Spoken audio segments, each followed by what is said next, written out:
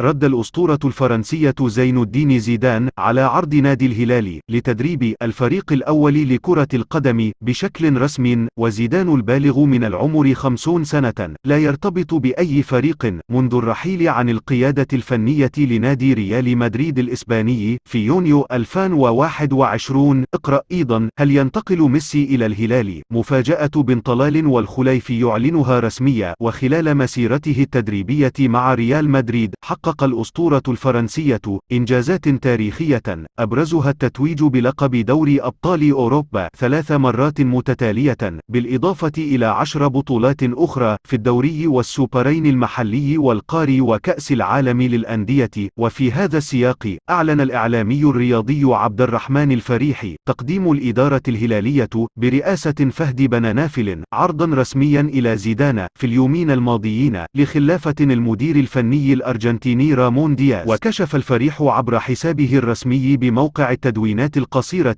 تويتر عن رفض زين الدين زيدان عرض نادي الهلال رسميا، وبعد ضياع حلم تدريب منتخب فرنسا الأول لكرة القدم ينتظر زيدان عرضا من نادي يوفنتوس الإيطالي أو العودة إلى ريال مدريد في حال رحيل الإيطالي كارلو أنشيلوتي. جدير بالذكر أن نادي الهلال يعاني من تذبذب في النتائج خلال الموسم الرياضي الحالي 2022 إلى 2023 تحت قيادة دياز، حيث يحتل المركز الثالث في جدول ترتيب دوري روشن السعودي للمحترفين برصيد 26 نقطة.